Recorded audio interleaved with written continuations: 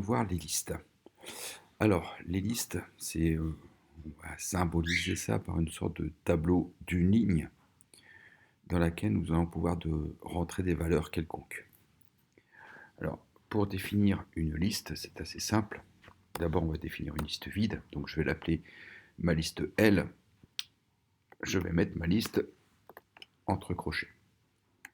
Et donc là, en faisant simplement ça, si j'affiche et je fais type de L pour voir à quoi ça ressemble, nous voyons que ça a bien été pris pour une liste. Donc je n'ai pas déclaré avant, voilà, L est une liste et puis je crée une liste vide. J'ai simplement fait L égale, j'ouvre les crochets, sans rien mettre dedans, et ça m'a créé une liste vide. D'ailleurs, si je fais ici print L contient deux points et que je mets L à la suite, voilà, L contient une liste vide. Maintenant, pour remplir une liste, c'est assez simple. Je vais garder L. Je vais pouvoir, par exemple, mettre une liste de nombres. Je vais faire simple pour l'instant. Voilà. Voilà une liste de nombres. Donc, si je regarde le contenu de L, je vois que L, c'est une liste de nombres. Si vous avez bien regardé une des vidéos précédentes sur l'approfondissement des chaînes de caractères, nous avons parlé de la découpe des chaînes de caractères, ce qu'on appelle des slices, et on peut faire exactement la même chose avec une liste. Par exemple, ici, si je fais print, je vais me remettre sur cette ligne, print L de 1, hop, ça, voilà, et que je lance, nous voyons que print L de 1, c'est 2. L de 1, donc si vous vous rappelez, comme pour les chaînes de caractères, on commence toujours à 0. Donc la première case 0, c'est celle-ci, elle contient 1. La case 1, ici, contient 2. Donc j'ai dit, en fait, ici, j'ai demandé d'afficher le contenu de la case 1. Ça m'affiche bien ici 2. Je peux faire des choses, donc je pourrais aller jusqu'à la case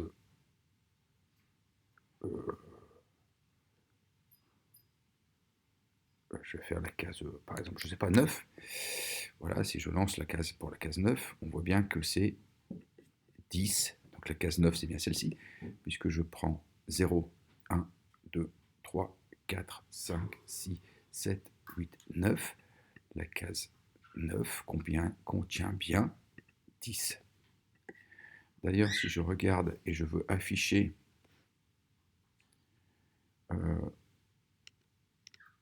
ici, je vais faire par exemple afficher 2.9. Donc il faut rappeler les chaînes de caractères, ça c'est ce qu'on appelle les slices, on peut découper en morceaux. Si je regarde de 2 à 9, et on va réfléchir un peu, on va voir ce que ça donne. La case 2, 0, 1, 2, j'ai bien le contenu 3. On commence bien ici par 3. Et la case 9, 0, 1, 2, 3, 4, 5, 6, 7, 8, 9. Mais vous vous rappelez que cet élément, c'est exclu. Donc, on s'arrête avant la case 9, donc à la case 8. Donc j'ai bien 3, 4, 5, 6, 7, 8, 9. 3, 4, 5, 6, 7, 8, 9. Je rappelle que, je vais mettre en commentaire, si on fait de la découpe, ici c'est le début, là c'est la fin. Je rappelle que le début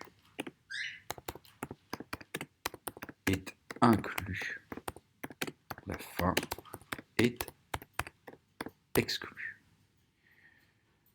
Donc c'est ce qu'on a défini. C'est ce qu'on a défini et qu'on a vu déjà pour les chaînes de caractères. C'est la même chose. je peux donc faire ici du print. On l'a vu aussi pour les chaînes de caractères. Voilà, je vais faire ça. Si vous vous rappelez, les chaînes de caractères, ça veut dire toute la chaîne. Donc j'affiche tout. Donc d'ailleurs, si je le lance, voilà, il affiche bien tout. Et je peux mettre un troisième élément, qui est le pas. Par défaut, le pas est à 1, on l'a vu aussi. Et ici, par exemple, je vais faire par pas de 2. Ici, j'affiche. On voit que par pas de 2. Donc là, on prend 1, on passe une case, 2, on passe une case, on fait des pas de 2. Donc on a, comme pour les chaînes de caractères, le début inclus, la fin exclue et le pas que l'on veut afficher. Je vous rappelle que si on utilise une boucle for, donc je vais mettre une variable in L, deux points, donc L contient ça ici.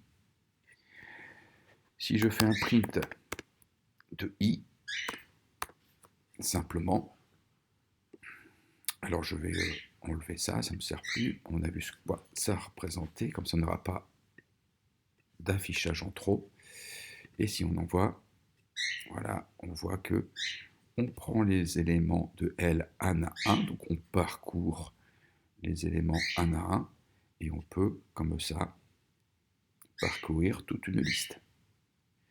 Donc c'est très simple d'utilisation pour parcourir une liste. Alors, voilà, et donc, maintenant, je vais continuer un peu là-dessus. Je vais pouvoir, une liste n'est pas obligée d'avoir les éléments identiques dans cette liste. Donc, je vais pouvoir, ici, je vais modifier un peu, je vais mettre 1,3.14,245,43, je vais mettre test, et je peux aussi intégrer une liste dans une liste 10, 20, 30, 40. Si j'affiche cette liste et que je regarde ce que ça donne, voilà, j'ai bien le contenu. Si je fais liste et que je fais case par case, donc si je fais case de 0, j'ai bien le 1. Si je fais case de 1, j'ai le 3,14. Si je fais case de 2, j'ai 243. Si je fais case de 3, j'ai test. Et enfin, si je fais case de 4, j'ai ma liste ici. Je peux accéder au contenu de la chaîne de caractères ou de la liste. Par exemple, je vais prendre la chaîne de caractères. La chaîne de caractères, pour l'afficher, on a vu, c'était 3. Voilà. Je peux remettre ici des crochets et dire, par exemple, je veux afficher 3. Donc, 3, c'est ma chaîne de caractères. Et ensuite, par exemple, 1. Et donc, j'affiche le E qui se trouve ici. Le premier 3 permet de prendre l'élément de la liste, ici donc test, et le deuxième crochet permet de prendre le contenu de test, c'est-à-dire ici la case 1, donc ici 0, 1, c'est E. Pareil, si je veux pour ma liste ici qui se trouve dans la liste. Print L de 4, je récupère la liste. Print L de 4 et entre crochets de 1, je vais récupérer 20. Je peux mettre ici par exemple 3, 3, donc 0, 1, 2, 3, 3 c'est 40. J'ai bien 40 qui s'affiche ici. Donc voilà, je peux mélanger dans ma liste donc n'importe quel type. Là j'ai mis des flottes, nombre virgule, des entiers, des chaînes de caractères, des listes. Je pourrais mettre des tuples qu'on verra un peu plus tard, des dictionnaires. Je peux faire vraiment n'importe quel mélange pour ça. Voilà, pour cette première vidéo sur les listes, nous nous arrêtons là, nous reprendrons pour une deuxième vidéo.